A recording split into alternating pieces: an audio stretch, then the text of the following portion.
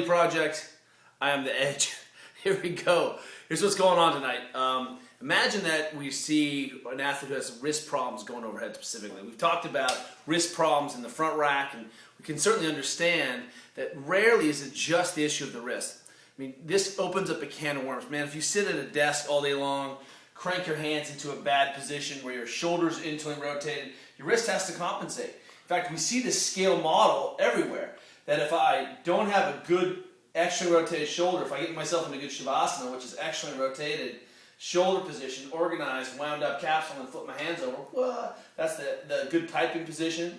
And then I could externally rotate my hand for the mouse, or I could do the bench style, where I literally break the bar, spread the bar, pull my shoulders back, bring my elbows down, and type from that position too. It's the same. It's a Western approach, it's an Eastern approach.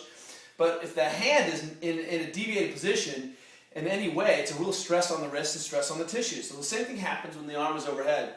And I pulled out my old kayak paddle today, because one of the things that happened to me as a younger paddler is that we used to paddle with a big offset. And one of the things that happens is if you didn't lift the elbow up high enough, you ended up leaving the elbow down low, and you end up cranking through the wrist and breaking the wrist in a bad position. And this causes a lot of wrist dysfunction in a lot of athletes. What's the cue? To externally rotate and bring the arm up high. Well, the same thing is true when we start thinking about the mechanics of the wrist. Certainly if I have tight wrist, tight elbow, and you can think about the extensors kind of attaching on the lateral part of the elbow, the flexors attaching on the kind of medial part of the elbow.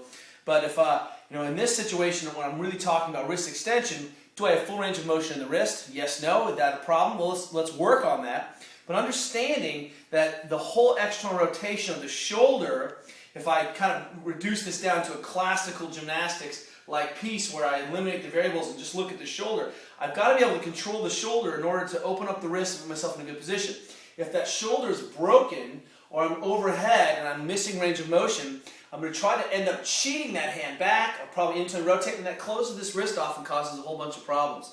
You can do this test with yourself, where you can do the bird dog, belly tight, nice and stable, and you can press up. You should be able to lift straight up without any problems. What you'll see is that you'll likely internally rotate, and the hand will end up breaking a little bit. You can challenge that up a little bit more, get super stable, and then you should be able to lift straight up without seeing any of this crazy hand stuff. The hand should be nice and straight and kind of neutral and be able to reach straight up. And this is that model for going up overhead, if you're going to take that thing down. So if I'm having this problem, we want to make sure that if I'm going to coach an open hand, that I can bring that shoulder all the way through to protect the hand, or I need to be able to keep a much more neutral wrist when I'm overhead. So as we solve this problem, it's really about going upstream to the external rotation of the shoulder.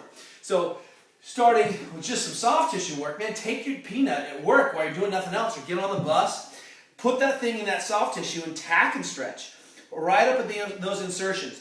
And you'll probably find that as those bones cross over, as that radius crosses over and makes an X, you'll find is that those tissues get short and ropey in here, and you can just tack and stretch your way right up that area. Find a nice spot, make some circles, and it's nasty in there.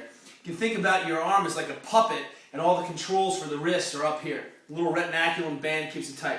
But if we're going to control, I rarely see a wrist problem that doesn't also go with a control problem here. So what are we talking about? Let's work on the wrist mobility first.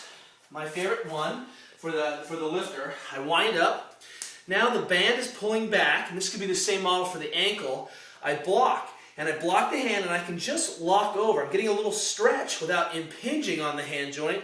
I anchor down, press the hand flat, big thumb or thumb and big toe. Same analogy here.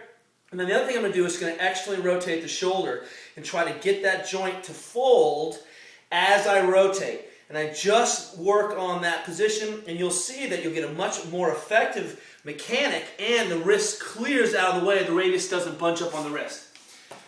Then we've got to do some good old-fashioned external rotation of the shoulder.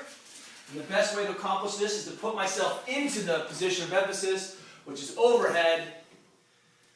Wind that bad boy up, but work on distraction. And now this is a nice piece that makes the wrist feel better. We distract the joint, get some space back in there. I get this loaded wrist position, turn the hand over, work on that external rotation first.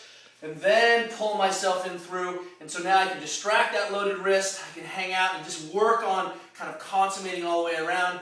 Finally, take your peanut, smash your thoracic spine to make sure that we don't have some kind of neural dynamic problem.